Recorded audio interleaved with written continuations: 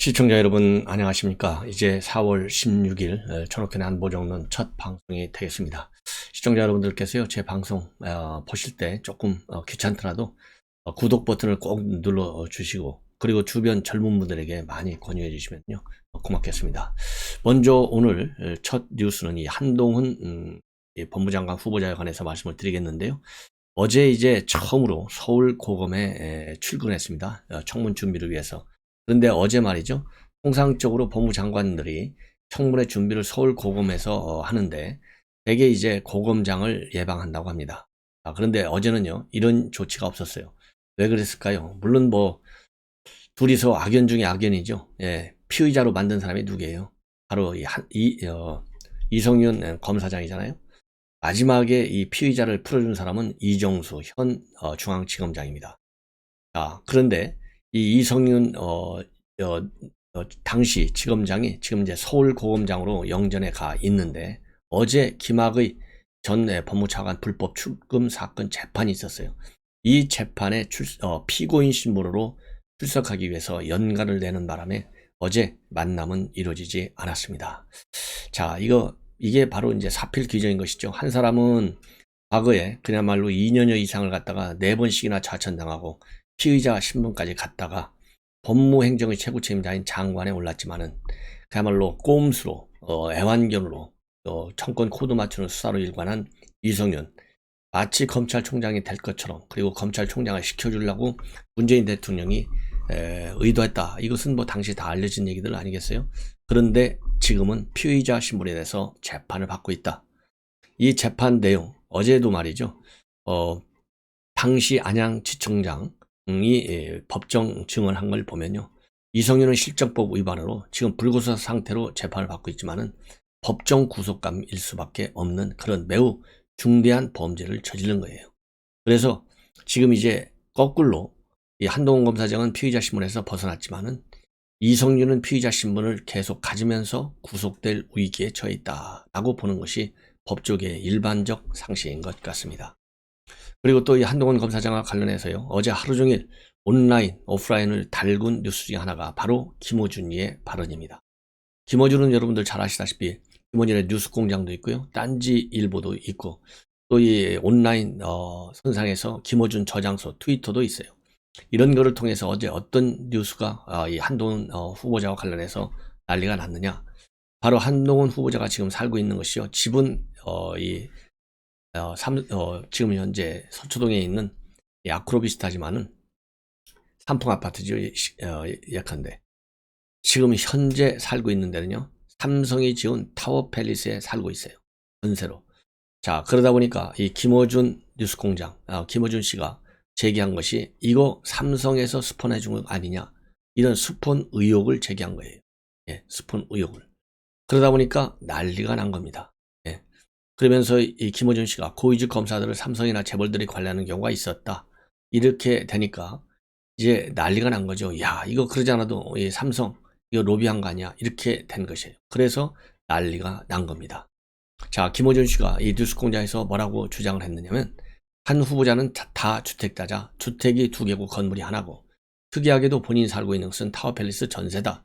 소유권자를 찾아봐야 한다. 지금 소유권자 말고 최초 소유권자를 찾아봐야 한다. 그러면서요, 이 최초 소유권자, 이게 이제 삼성 최초 소유권자가요, 삼성전자고 삼성 SDI, 그 다음에는 삼성생명의 최초 소유권자예요. 그런데 이 건설업계에서 나오는 얘기들, 또 이 법조계에서 나오는 얘기들을 보면 최초 소유권 등기라고 하는 것은 출생 신고나 마찬가지이기 때문에 보통 시행사나 시공사가 최초 소유권 등기를 하면 나중에 실제로 이제 그 소유주가 그 등기를 하는 거예요. 그래서 실소유주 등기로 바뀐다. 이게 통상적으로 있는 거라고 합니다.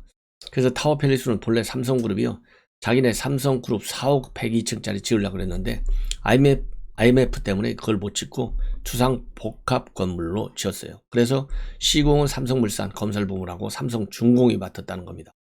그래서 보존등기는 통상적으로 시행사나 시공사가 하는 경우가 많기 때문에 원래 토지 소유주였던 삼성전자, 삼성 SDI, 삼성생명에서 소유권 보존 등기를 했을 가능성이 크다 이렇게 지금 건설 업계에서는 보고 있는데요.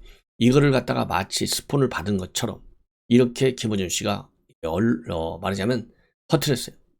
그래서 김어준 씨가요, 보이즈 검사들을 삼성이나 개벌들이 그런 식으로 관리하는 경우가 있었다. 그랬다는 얘기가 아니라, 그러니까 법률적으로요, 도망갈 구멍은 다 만들어 놓은 거예요. 그랬다는 얘기가 아니라 최초 소유권자를 찾아봐야 한다. 좀 약간 이상한 거주 형태 아니냐. 예. 그래서 마치요, 삼성전자, 삼성 SDI하고 한동훈 후보자 사이에 모종의 거래가 있었던 것 아니냐라는 의혹이 될 수 있게 발언을 한 거예요. 그래서 이러한 발언이 이제 온라인 커뮤니티하고 트위터에 난리가 났어요. 특히 이재명 후보의 팬카페인 재명의 마을에서, 예, 이게 이제 많이 나왔고요. 김어준 저장소 트위터 여기에서도 많이 나왔고, 이를 근거로 해서 네티즌들이 삼성 스폰을 받고 있다는 증거다, 죄의식 자체가 없다, 이런 비판적 글을 올린 겁니다. 그러나 조금 전에도 말씀드린 대로 최초 소유권 등기는 시공사 또는 시행사 이런 데서 하기 때문에 의혹의 소지가 전혀 없다. 이것이 정론이다 라는 점을 여러분께서 꼭 아셔야 될 것 같습니다.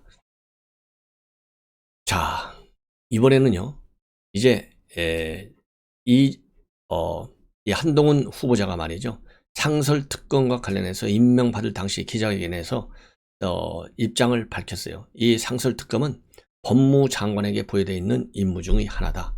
그래서 거기에 대해서 어떤 특정 사건이라든가 방향을 전제로 해서 지금 단계에서 말씀드리는 것은 오해를 불러일으킬만 하지만 업무 처리는 공정하고 누구에게나 똑같을 거라는 점을 약속드린다. 이 얘기는요, 지금 이제 이 검수완박해서 특수수사를 검찰에서 못하도록 뺏는 법안을 지금 올려놓고 있지 않습니까? 어제부로 공식 제출했어요.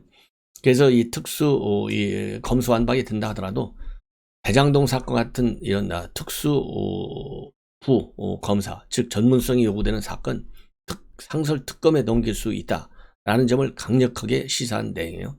이러다 보니까 이 말에 관해서요, 이준석 대표가 어제 말하자면 이 관련 기사를 공유하면서 이거는 당의 입장과 완전히 일치한다. 그래서요, 한동훈 지명자의 생각이 당의 입장과 일치하고 민주당이 검수완박이라는 무리수를 계속 강행한다면 법제화된 상설 특검 제도를 활용할 수밖에 없다. 이런 입장을 내놨습니다. 그래서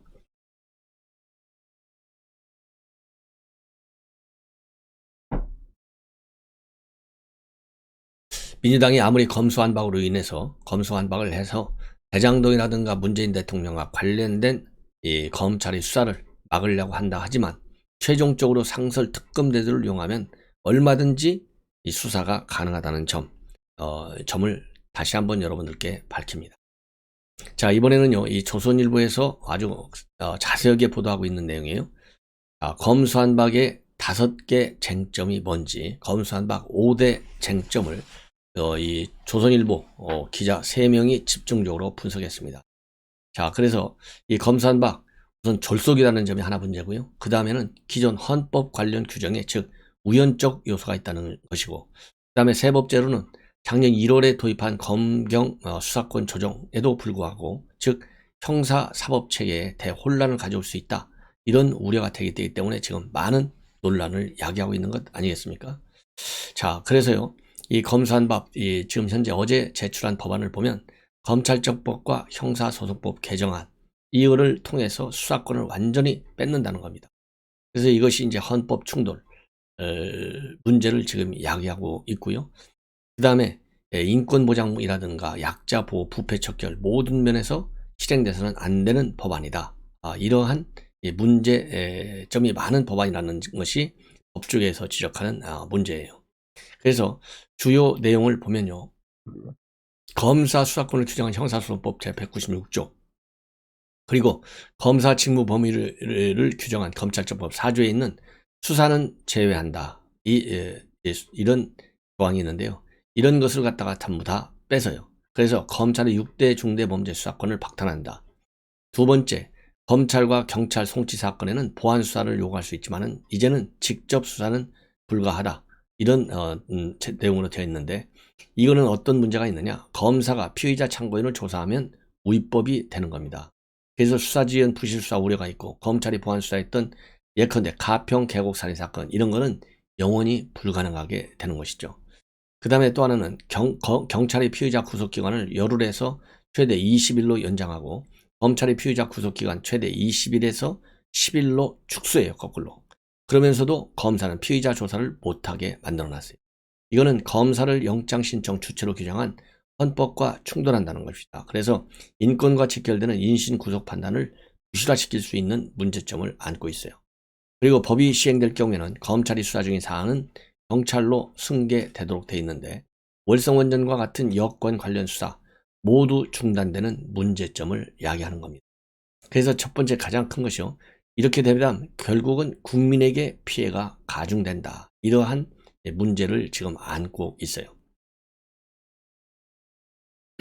이건 뭐 여러분들 뭐 별도로 분석할 필요가 없지 않겠습니까? 그래서 예컨대 말이죠. 지금까지는 일반 형사 사건의 경우에 현재는 경찰이 무혐의 결정을 내리고 불송치를 하면 고발인이 경찰에 이의를 제기할 수 있어요. 그러면 경찰은 사건을 검찰에 넘겨야 하고 검찰이 사건 내용을 검토한 뒤에 직접 보안 수사에 착수할 수 있습니다. 그런데 이번에 형사소송법 개정안에는요, 이 절차의 근거가 되는 법 조항이 완전히 삭제가 돼버렸어요. 예. 그래서 고소고발인이 경찰이 불송치 결정에 불복하면 검찰에 이의 제기를 할 수 있는데 이때 검찰은 경찰에 보안 수사 요구만 할 수 있고 직접 수사는 못합니다. 그래서 경찰이 다시 무혐의로 결론을 내려버리면 사건은 사실상 종결되는 거예요. 그래서 이 경찰이 수사를 했지만 피해자가 억울함을 풀지 못하고 그냥 묻혀버리는 사건이 늘어나기 때문에 피해를 국민이 입는다는 겁니다.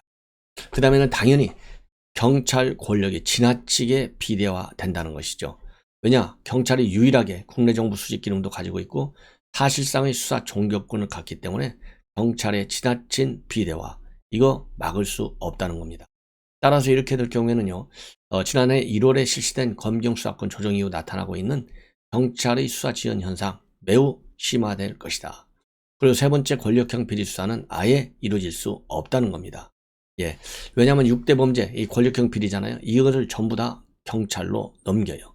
예, 그래서 이 사정 기능의 추가적인 약화가 불가피하다. 이게 법조인들이 예상하는 중요한 문제점이에요. 따라서 대장동 사건이라든가 산업부 블랙리스트 사건, 그 다음에 월성 원전 사건, 이런 여권을 겨냥한 수사 몽땅 중단될 수밖에 없다는 겁니다. 그 다음에 우연 논란이 커진다는 거예요. 왜냐? 헌법 12조 3항과 16조를 근거로 한 지적인데요. 이 조문은 강제 수사 시 체포, 구속, 압수수색 영장의 신청 주체를 검사로 규정하고 있어요.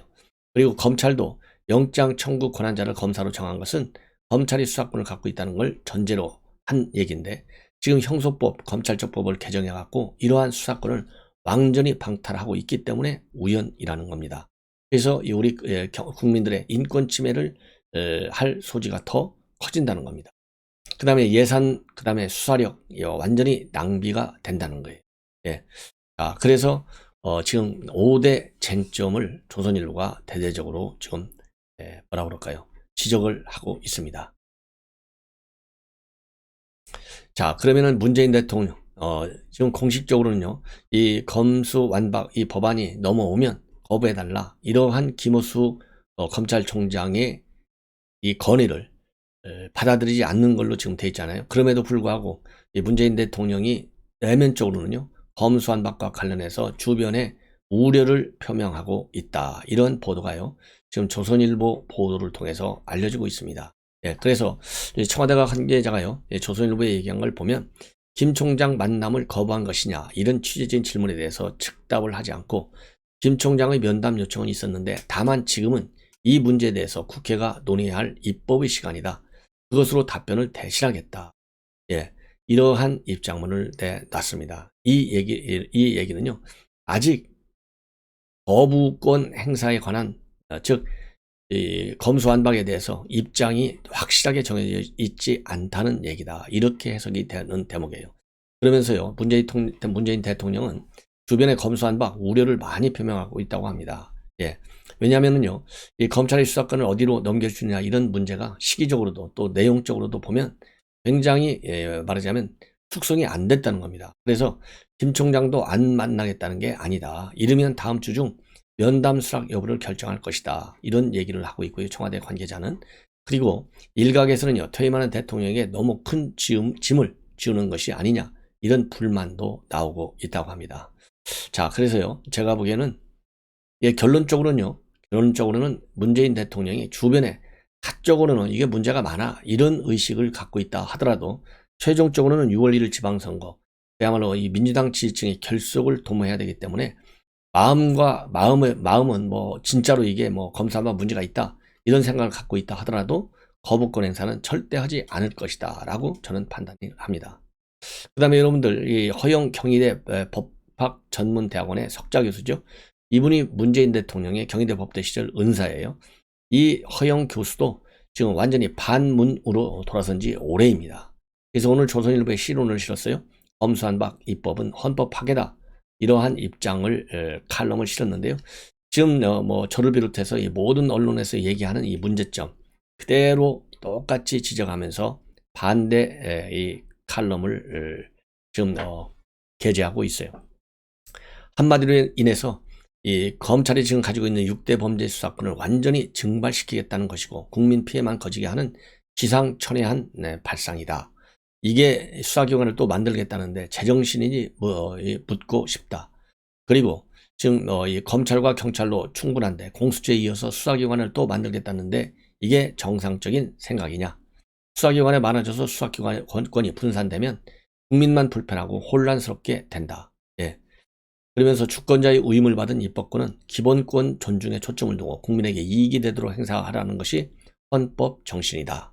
1년 전에 검경 수사권 조정한 후 사건 처리 지연으로 피해를 보고 있는 국민에게 더 큰 피해를 주는 입법이 국민을 위한 입법이냐. 예. 이것은 명백한 헌법 파괴 행위다. 헌법 개정 절차 없이 헌법을 침식하기 때문이다. 예.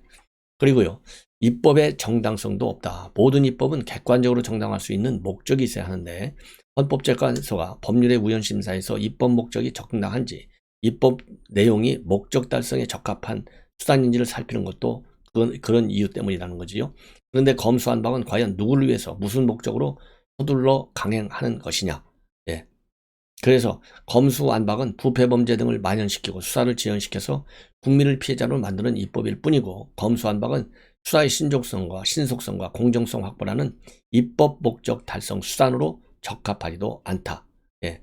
이러한 검수완박은 현 집권 세력의 범죄 수사를 막으려는 자기 방패용 입법일 뿐이다. 입법권의 반헌법적 사유화이며 입법 쿠데타다. 집권기관 검찰을 정권의 신여처럼 이용한 집권 여당이 정권 말 수사권을 방탄하는 토사구팽은 참으로 무한무치한 일이다. 그리고요, 우리 헌법재판소가 또다시 그런 입법을 국회 자율권이라는 이름으로 정당화한다면 헌법재판소 스스로 헌법소기관이 아닌 여당 수호기관으로 낙인 찍는 것이다. 국민이 공감할 수 없고 시급하지도 않은 검수완박의 폭주는 즉시 멈춰야 한다. 수혜자로 지목받는 대통령이 앞장서 막아야 한다. 그것이 헌법 수호 자세다. 아주 굉장히 강한 반대론을 제기하고 있습니다. 이제 마지막으로 하나만 더 덧붙이면요. 지금 문재인 대통령이 지금 양산 사저를 구입하면서요, 매곡동 사저를 팔았어요. 지금 2달이 넘었습니다. 2월 16일 날, 지난 2월 17일 날 매도했으니까 통상 많이 걸려봐야 2달이라는 거예요. 그러면 4월 오늘이 16일이니까요. 소유권 이전이 등기가 되었어야 되는데 여전히 중앙일보의 보도에 따르면 소유권 이전이 되어 있지 않아서 매수자가 과연 누구인지 오리무중이라는 거예요. 더군다나 이 사저의 경우에는 2009년도 9억 원에 매입을 했는데 26억 1662만 원, 즉 17억 4천여만 원의 차익을 거둬서 시세보다 2~3배 정도 비싸게 팔았다라는 의혹을 받는 거잖아요. 그런데 지금 2달이 됐는데도 소유권 변경이 이루어지지 않는 거, 이거는요 굉장히 이례적이다. 왜냐하면 관련 법에도요 60일 이내는 소유권 이전해야 된다, 이런 강제 규정이 되어 있고요. 이전하지 않을 경우에는 과태료를 물게 되어 있어요. 다만 매각 잔금을 받은 시점하고 계약일과의 시자 때문에 등기 이전 기한이 조금은 더 이 연장은 될 수 있지만은요, 통상적인 이 거래는 아닐 가능성이 큰 의혹이 제기된다, 이렇게 지금 되어 있어요. 자, 그래서 더군다나 말이죠, 세 번째, 이거는 중개업자를 통하지 않고 직거래한 걸로 되어 있어요. 그래서 이거 16억 말하자면 그냥 거저 준 거 아니야? 뇌물 아니야? 이거 부정한 돈 아니야? 부정한 매매 아니야? 이런 의혹이 생길 수밖에 없는 거예요. 자, 그래서 지금 문제가 제기되고 있다. 이런 점을 제가 여러분들께 보도해 드립니다. 시청자 여러분, 이것으로 오늘 첫 방송을 마치겠습니다. 바로 이어서 또 두 번째 뉴스를 보내드리도록 하겠습니다. 시청자 여러분들께서요, 알람을 설정해서 많이 봐주시면 대단히 고맙겠습니다. 감사합니다.